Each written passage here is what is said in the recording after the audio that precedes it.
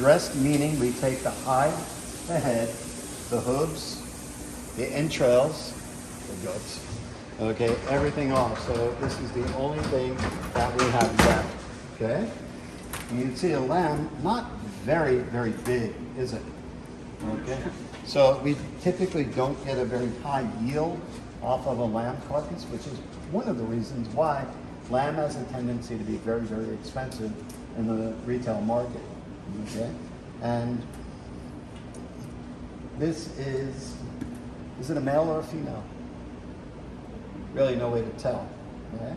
You know, at this point, because all of your typical indicators of that are removed, okay? You don't believe me? Take a look, right? Okay? So, we've eviscerated the animal, okay? The age of the animal, Mr. Fique, pronounce it for me. Did I say it correctly? I'm sorry? Your name. You did. Okay. Can you please describe to our classes what the break joint is in a lamb?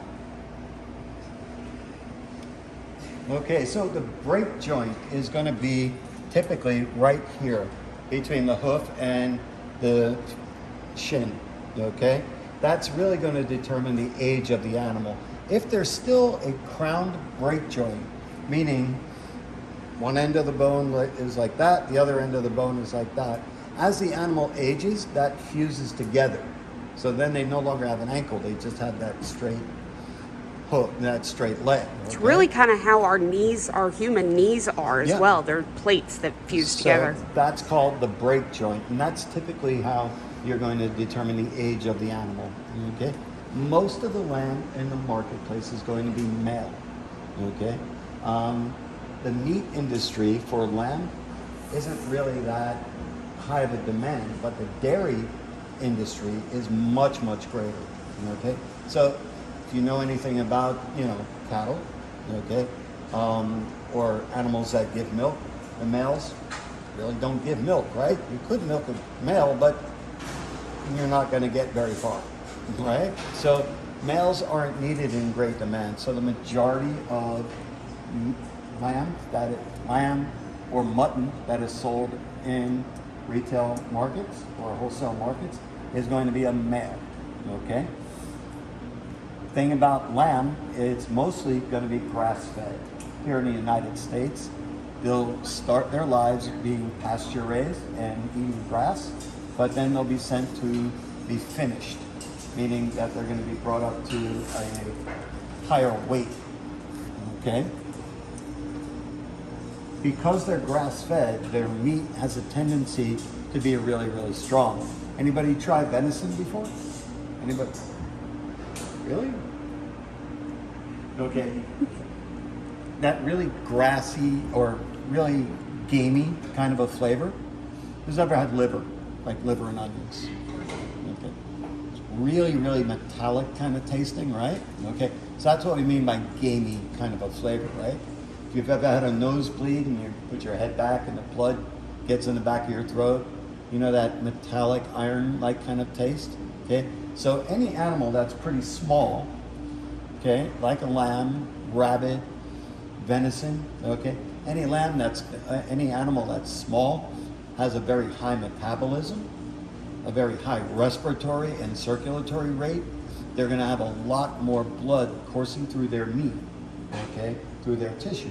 So the meat is going to be, one, a lot darker, okay, and it's going to be very, very rich or gamey tasting, okay? And that's coming from the myoglobin, that is a protein in the blood that attaches to oxygen, okay? So that's why this meat has a tendency to be a little richer than what we're normally typically used to when we're talking about beef or pork or even chicken, right? Okay. So lamb is probably not as commonly consumed here in the U.S., except in very specific ethnic or neighborhoods or markets. Okay, my grandmother was from Scotland. She was raised on a sheep farm, so I was brought up eating lots and lots of mutton. A lot of people don't really care for it. In the early part of the 1900s, when people were still farming, lamb was very, very prevalent, especially once we got towards World War II. More sheep were raised for wool to make the uniforms for the soldiers. But then what were they going to do with all that meat? They took all that meat and that's what they were feeding soldiers. So by the time the war was over and people were coming back to their normal world, nobody wanted lamb anymore. No, they were sick of it. They didn't want to touch it. So it's not, I think it's one of the most better tasting meats out there, but and it's become very, very popular again. Okay, so a little brief history of it. Okay, so again, what we have here is a full carcass.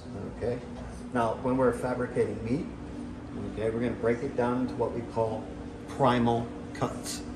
Okay. So I have a whole carcass. I'm going to split the carcass in half, okay, to give us 2 sides. From each side, we'll have 4 primal cuts. So every carcass is going to give us how many primal cuts? 8. 4 from the side, okay? Well, the neck isn't really a primal cut, but that's something that is going to be fabricated. Then we have the shoulder, which is going to be right here, okay?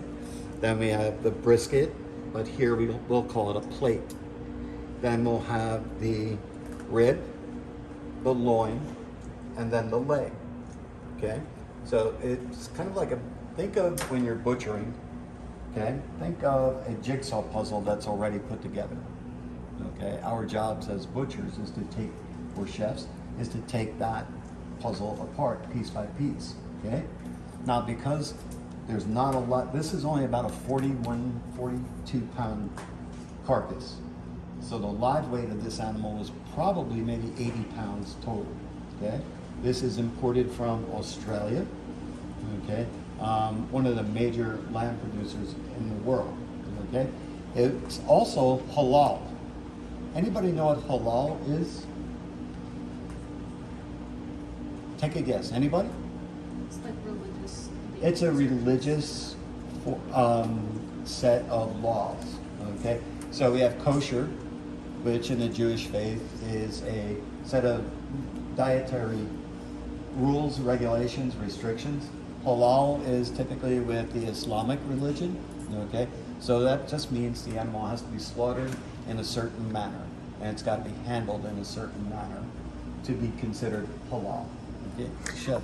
Will you explain the financial benefit to restaurant owners and chefs of buying an entire carcass and breaking it down as opposed to individual pieces? Well, the more that has to be done, anytime somebody like me, a butcher, takes a knife to a piece of meat, your price is going to go up minimum, automatically 15% per pound, okay?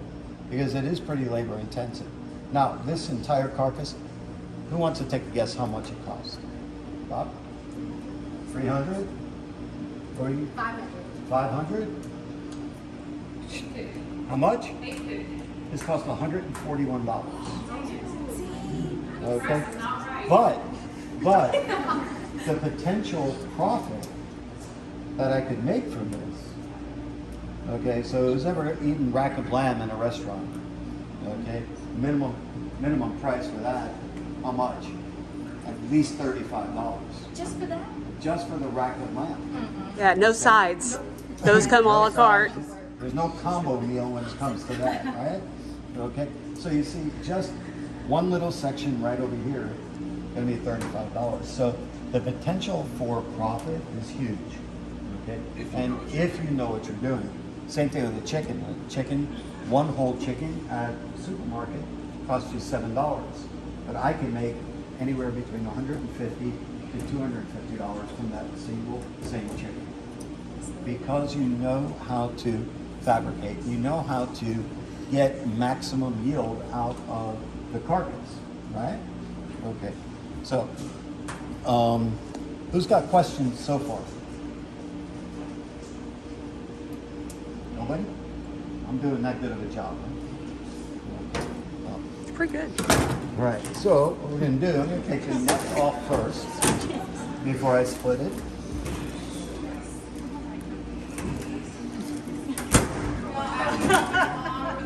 Students that don't have that, he loves questions, okay? Don't be scared to ask a question. That's part of the whole learning experience. What would you use the neck for? Yeah, do you keep it? Chops. I grew up eating neck chops. They're very, very rich. They've got a lot of collagen in it, so you got that real rich flavor when they're braised. If it's not cooked properly, it's gonna suck out loud. You know what I mean? Pretty tough. Yeah.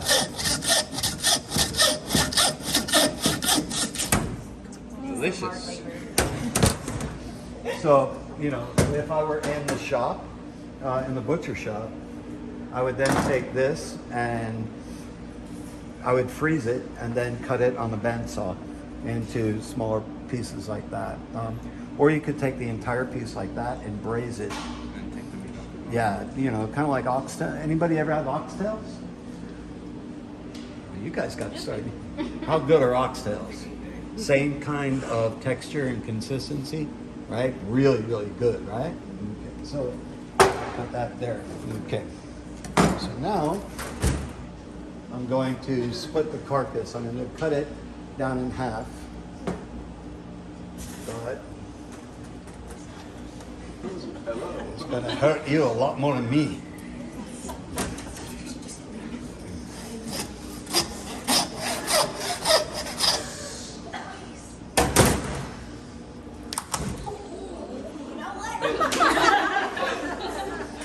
That just shows you what I'm capable of.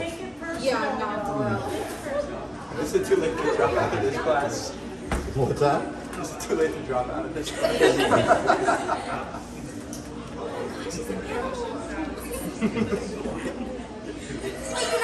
Don't come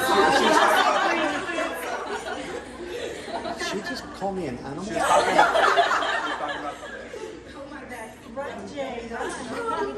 She saw her in half now. Guys, I'm a victim. So, what I'm gonna do.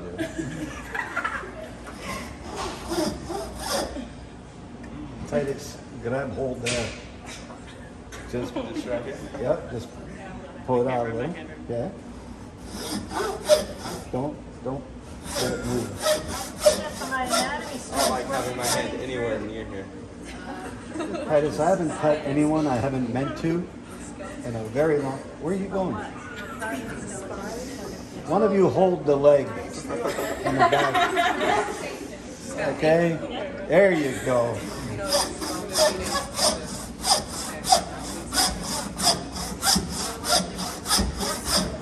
Timber!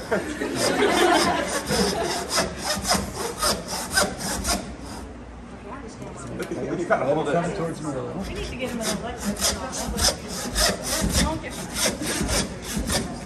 They wouldn't let me. Trust me, I asked. Welcome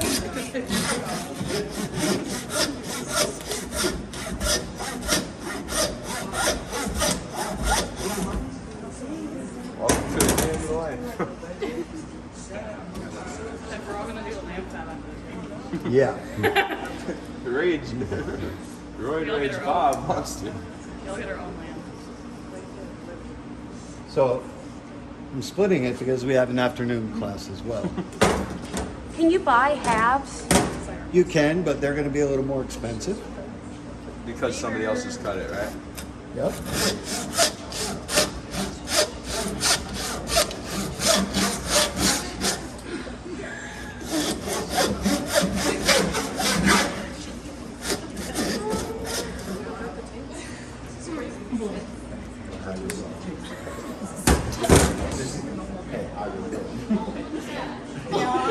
Can y'all see the rib cage in there?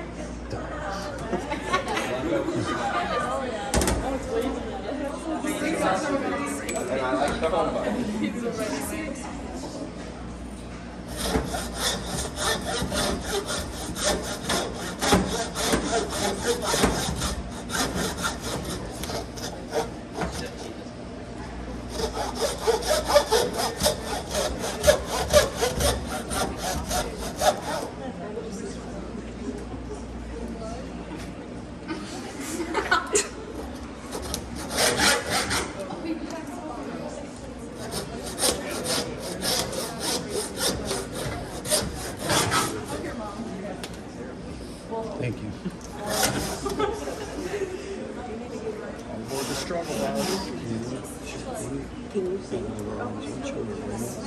Pull the back legs.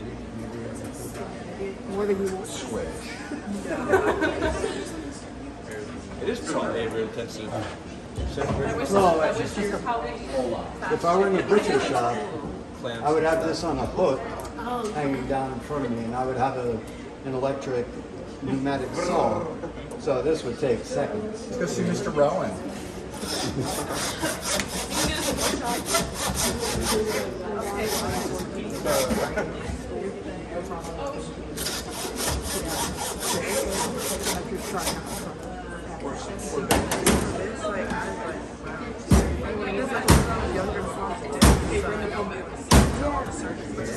Johnny.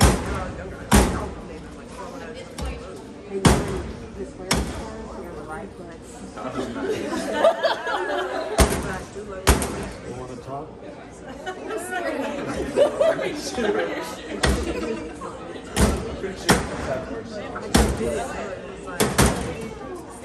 So one of my first jobs in high school was working in a slaughterhouse.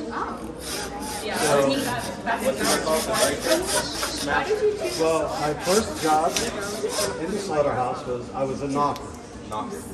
Meaning I stood on a platform above the animal and I hit it in the middle of the forehead with a sledgehammer to knock it out, right? And then I was a hanger and a gutter. Self-explanatory.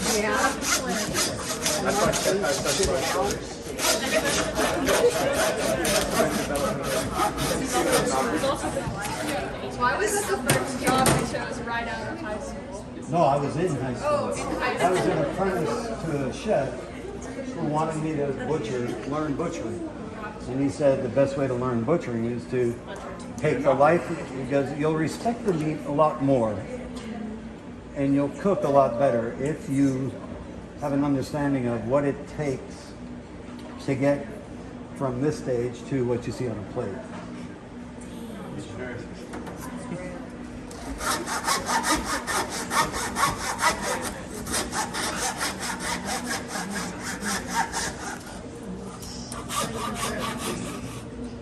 Stop smiling.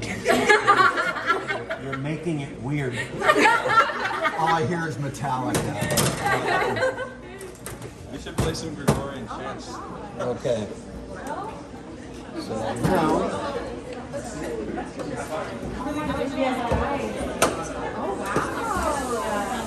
Applause. Yay! We did it! Would it be more when you saw it hand, or would it be more with the hanging one? Would it be the same price? Still? oh yeah, you know, but I mean, obviously they're not, you know, this isn't typical of what any culinary program in a high school would be doing. You know, we're just lucky that, you know, this is what I used to do. You know, and so it's going to be for the afternoon. Okay. So now, that was the hard part. Okay. The to-go box. So now we'll take a look at the inside of the carcass all together. Lamb fat. Dead lamb coming through. So lamb fat isn't very palatable. So more often than not, any fat that's on the animal is going to be discarded because it's going to have a really funky kind of taste. Okay. Now we could render it down and we can use it for hair care products. We could use it for cosmetics, fake eyelashes, lipstick, hand cream, lanolin. Okay, lanolin is going to be an ingredient that is very, very high in lamb fat. Okay, but it's a great ingredient in hand creams and hand lotions and skincare products. So, yeah. Okay, for Nice. my medical students, lanolin is used specifically on diabetic foot care because it's so rich in fat that it actually gets through their tough soles and helps heal their feet. It's used on women's nipples during breastfeeding. For real? For real, okay? Wait, why? Because it it soothes and heals sore, cracked skin. You can go up for that one. okay. So I mean, whenever as a butcher, whenever I'm working with lamb, I always notice that my hands are always nice and soft afterwards, right? So That's such nice hair. well, it is fat. Okay, but it's rendered down.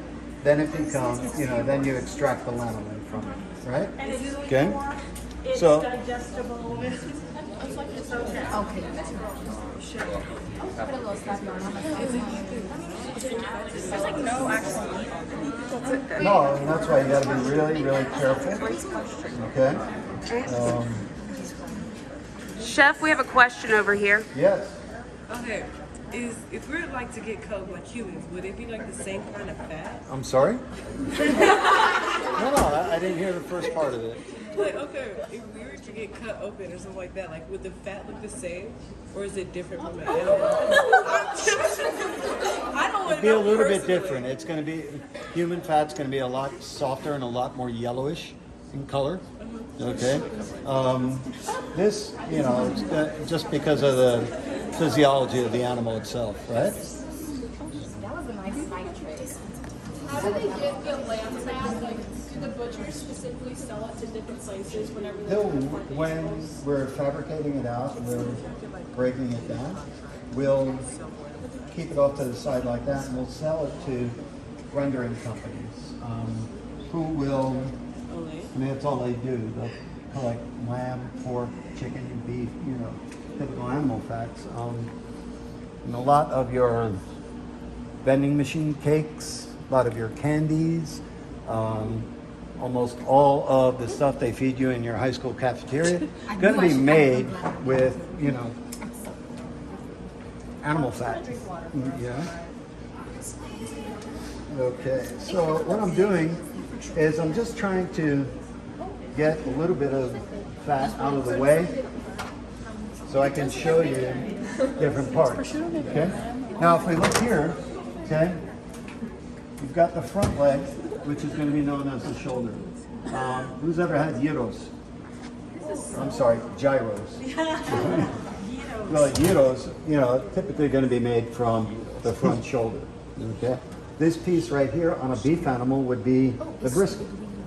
Okay, and then we have the ribs. Okay, so our rack of lamb is going to be coming from here. Okay. On a beef animal, this would be the flank steak. Okay.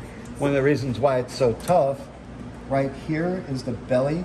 So on pork, this is what we would make bacon from. Right? So you could, because we don't have a lot of meat on this particular animal, and it's a very, very slender animal, we're not going to see a huge part on the belly. So a lot of times this is going to be, I would make a prosciutto or capicola out of the back leg. Okay? But this stuff we're going to grind down and make sausage with, lamb burgers, lamb kebabs, that sort of thing, right? Over here is the tenderloin, or the filet mignon. Okay? I like that. All right, so what I'll do is I'll take that piece out first, okay? And you'll see how small it is, and why it's so expensive, because if you see where it's lying, it's right here along the spine, okay?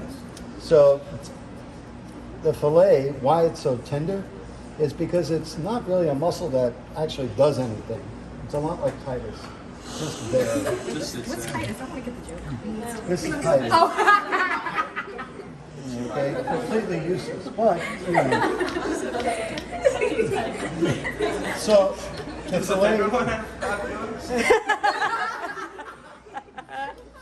So it's really nothing more than a shock absorber. So that would be the tenderloin. Okay, that is probably one of the highest valued pieces of meat on the carcass. Okay? But there's really not much to it, is there? Okay, and you see, the name of the game here is yield. Okay, you'll see that I didn't leave much meat on that bone right there. Okay, so we've got to get maximum yield out of this carcass. Okay, and come down.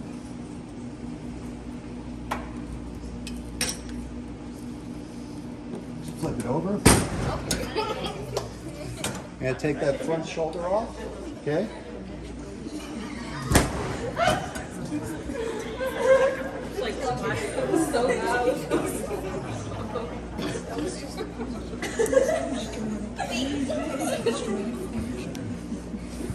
You can see like right here,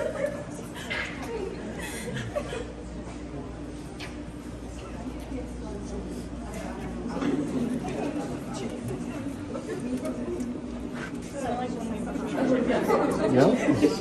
So if you remember correctly, we were talking about the seams, right? So right there, I get my hand in there. I come up under that plate, come over here, lift that plate up a little, because I'm going to remove this piece to get to that rib section. But I don't want to waste any of this product. So I'm going to come right down there like that, right? What is that you're cutting off of? This is just, well, we call it the plate. Okay, on a beef animal, this would be where we got the brisket from. Okay. Well, you can see, really not much to this brisket, is it? Two even briskets. Yeah, you could smoke that thing. There's no really brisket to good. brisket.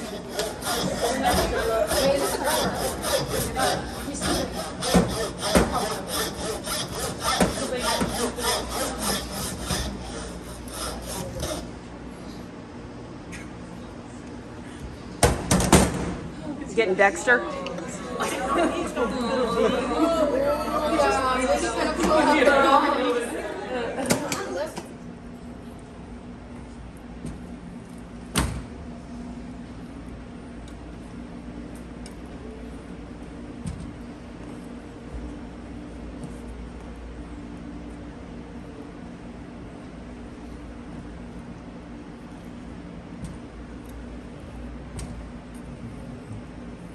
Pet food.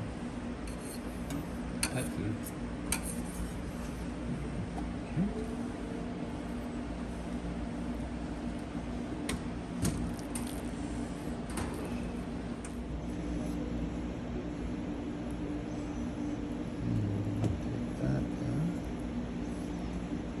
You know, a lot of times we're going to, when we're taking off that silver skin, might get a little bit of meat on there. And you know what? That's something that we try to keep as much of the meat intact on that eye as possible. But sometimes if, you're trying to get too close, then you're going to start gouging into the meat, and that's really not what we want. So an acceptable amount of loss like that is okay, but it's not really lost because we're going to utilize it in our grind. So when we're making sausage, okay, or meatballs or kebabs or gyros, we're definitely going to use that meat. So it's not really a loss, okay? Take that last bit of silver off the top. So that loin right there, how much could you make off of that? Well, as is, like this, the more dramatic presentation is going to be for that rack of lamb, right? But you're really not eating that, are you? Right? And I mean, that's really all you're eating. And if something like that amount of meat, you're going to get charged like anywhere between minimum $30 up to $180. You know what I mean? So, the whole thing as is like this. I could roast the whole thing and slice it into medallions. I could cut it and serve it as noisettes, 3 little individual medallions, and make a pretty decent return on it. Yeah, But so there's that whole section right there, right? Pop that bad boy back in the cooler for a moment.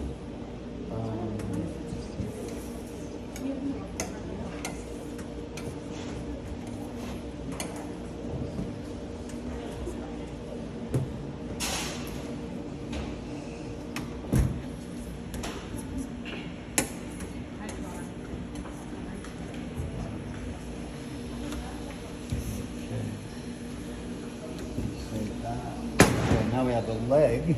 So we're going to take that tendon and we're going to cut right about here with the saw. So we get our leg of lamb, right? So look familiar? What I'm doing right there? Yeah, it's kind of like what we did with that chicken, right? So same thing, same process.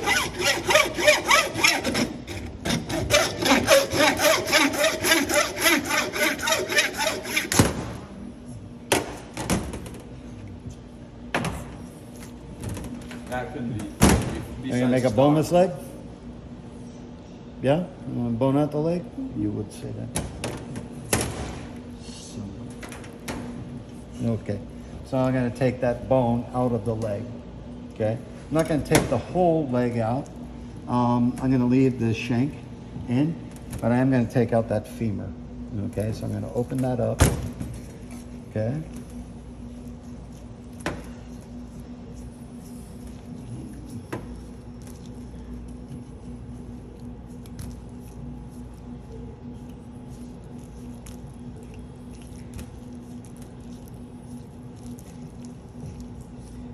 This is what I was saying earlier about that roadmap. You follow the seams, you follow the bone, and you really can't ever really make that much of a mistake, right? I can find Well, you know, I'm gonna come right down, expose that bone, stay along that bone right there like that, okay? I've noticed that you hold your knife a little differently at this point with your finger on the back. Does that just give some... Again, you know, I call it, you know, we got two different grips, right? Yeah. We got the serial killer grip. So if I'm cutting through larger pieces, but if I need a little more precision, I use the surgeon's grip, you know, kind of like I'm holding a scalpel, so that I can get right onto that bone and not really compromise or, you know, accidentally slip and get into that whole muscle tissue. All right? So come down, cut those tendons away from the bone, come around here. It's like you're doing the tunnel tie on the chicken. Yeah, it's pretty much almost the same exact thing, right?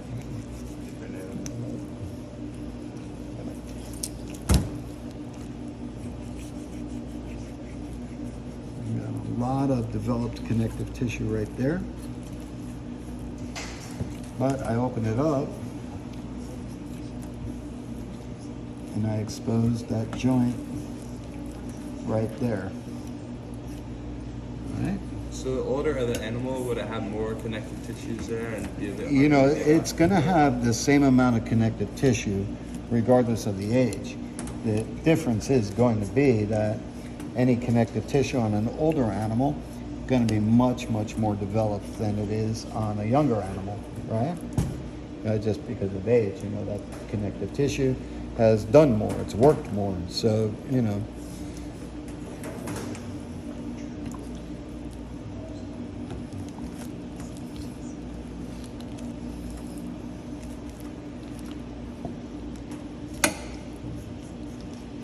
remove that knee. Well, this is that femur, right? Take that. And you can see where it's in there like that, right? Okay. So I'm going to do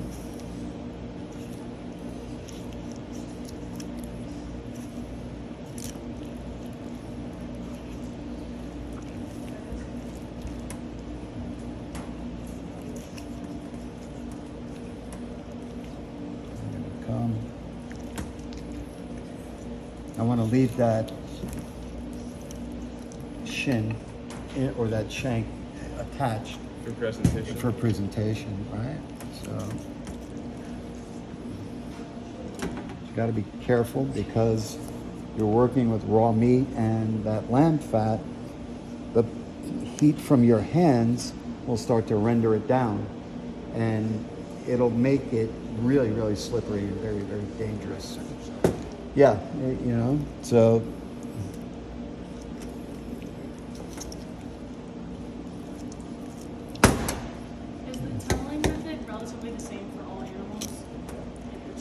Yeah.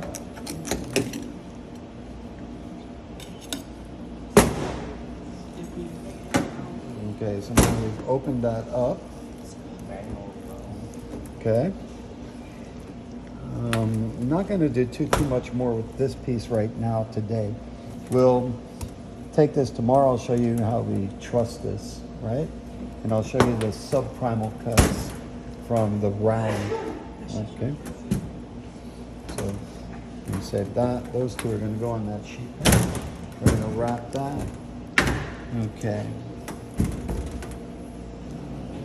few more minutes. So, Chef, I have a question. Yes. On the, like a cow, the meat would be coming all the way up, like right here, right? Yeah. It just, you know, the sheer size is going to be much bigger, right?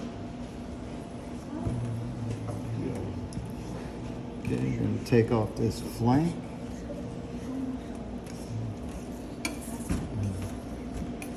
This is all, remember I said this was $3.99 a pound, right? So I can't sell that. I can't make any of that, but that's, again, probably about another pound and a half, almost 2 pounds. Right in the trash, right? So that's why it's absolutely critical that you get as high of a yield as you can. The entire carcass, if I were going to do a yield test, I would probably only get about a 40 to 42% yield off of the carcass, meaning that anywhere between 58 to 60% of the carcass is unusable. So I've really got to maximize my yield to get my potential profit. Now, individual cuts that we buy at the market, you know, and as in retail, wholesale as well, okay, we have what we call HRI cuts, hotel, restaurant, institution cuts, right? Now that's a stuff, say you don't have somebody who knows how to break down a carcass, who doesn't know how to fabricate out meat. It'll cost you more to buy this, you'll lose more. Now, you can buy a rack of lamb and your cost might be, say, $14.95 per pound, right? Well, that's, you know, 100% usable product. You're going to use $14.95 worth of it. You're not going to be throwing away that kind of stuff, right? So it saves you money, right? But, you know, it'll cost you a little bit more. Your profit margins, your food cost percentages are going to be a little off, you know, based on what we're working with there. But that's when we do our menu engineering and we determine, should I buy a whole chicken? Should I buy just breast? Should I buy racks of lamb? Should I buy a saddle of lamb? You know what I mean? Whichever one is best for the operation. For your operation. Do you have the room to store it? Do you have the facility to fabricate it? Do you have the personnel to fabricate it? You know, do you have a need for all of that? Look, if you're just selling rack of lamb and no other lamb dish, it's not worth it to buy a whole lamb. You know, you buy the individual racks of lamb and that's what you sell. But if you're selling gyros and sausage and you're making shepherd's pie and you're making a whole bunch of different items, then yeah, you might want to consider buying primals, subprimals, you know, or anything after that. You know what I mean? Okay. So again, we're going to, this piece right here, I technically could use, but it tastes That's awful. the diaphragm, right? Yeah, that's part of the diaphragm. It just tastes awful. So It's like it would taste bad. Again, we're going to take off this meat here. Now, ordinarily, I would let you guys remove all this, you know, but you're going to get some practice trimming up the silver skin and, you know, pulling all that off when we work with that, okay? I just want to get this major piece off of here first.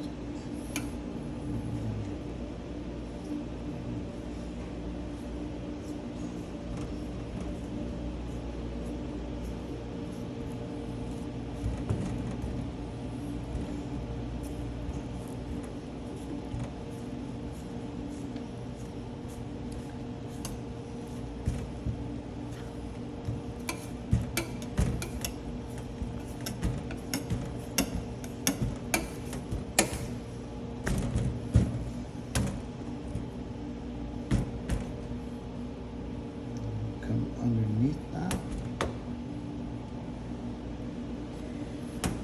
And I'm going to try to keep my knife as flush on the table as I possibly can. Because I want to get as much of that meat as I can right there.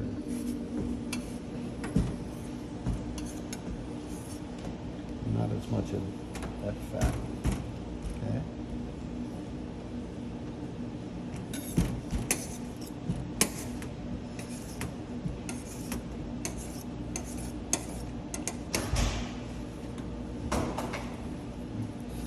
Okay. So I'll let you guys work on that tomorrow.